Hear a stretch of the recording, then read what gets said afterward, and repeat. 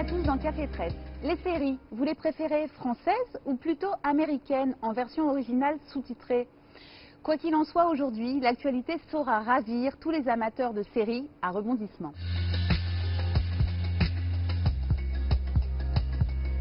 Le grand bazar ou casse-tête de gondole, la presse cherche encore un titre à l'épisode 1 de la saison 2 du confinement à la française. Et à la une du Parisien, ce titre qui lui sonne comme un teaser, où va-t-on faire nos courses? Si vous avez raté le début, je vous fais rapidement un previously, comme on dit. Suite à l'annonce de la fermeture des commerces dits non essentiels, les petits commerçants soutenus par certains maires de France ont fait entendre leur mécontentement. Le gouvernement, fermement décidé à tenir bon, a malgré tout consenti à la fermeture des rayons non essentiels dans les supermarchés qui, eux, ont l'autorisation de rester ouverts pendant toute la durée du confinement. Un compromis perdant-perdant selon le Parisien qui, dans son édito, met la pression sur Jean Castex, l'un des personnages principaux de cette saison 2. On peut reporter le Tour de France, mais pas les achats de Noël, prévient le quotidien. Et justement, hier, dans les rayons des magasins, on se serait cru le 23 décembre.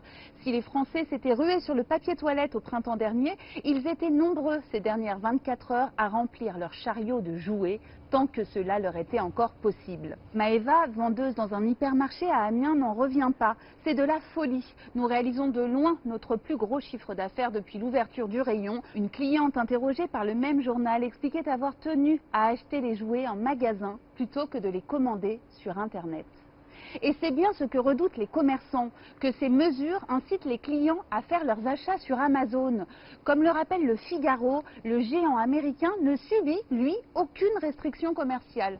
Un considérable atout alors que beaucoup d'enseignes ne sont pas préparées à la vente en ligne. Autre inquiétude, sociétale cette fois, le risque d'une nouvelle fracture territoriale comme le craint Guillaume Tabar dans son contrepoint. Le risque étant de raviver une fracture entre un État décidant tout d'en haut et une France d'en bas s'arrogeant le monopole du bon sens.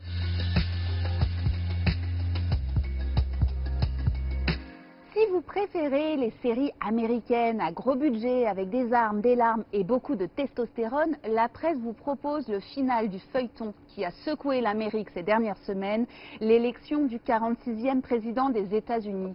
Si ce scrutin a moins passionné les Français que les précédents, cet ultime épisode est largement commenté dans la presse. À l'heure où je vous parle, je n'ai pas connaissance du résultat final et la presse ignore encore l'issue du scrutin.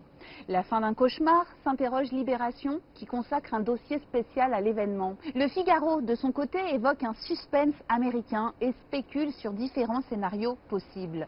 La nuit électorale va-t-elle tourner à la nuit des longs couteaux, se demande Philippe Gély. Au risque d'être démenti par des inconscients prêts à tout, faisons acte de foi dans la démocratie américaine, espère néanmoins l'éditorialiste.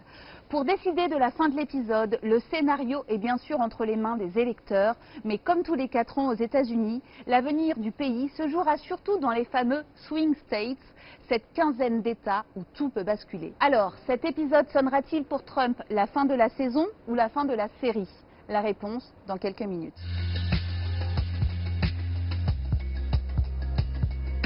Le secret d'une bonne série tient aussi à sa bande originale et dans la presse justement on vous conseille la musique de 2 artistes pour accompagner la tension dramatique de l'actualité. Le Figaro vous recommande le nouvel album de Roberto Alagna, mais attention, il n'y est pas question d'opéra mais de chansons.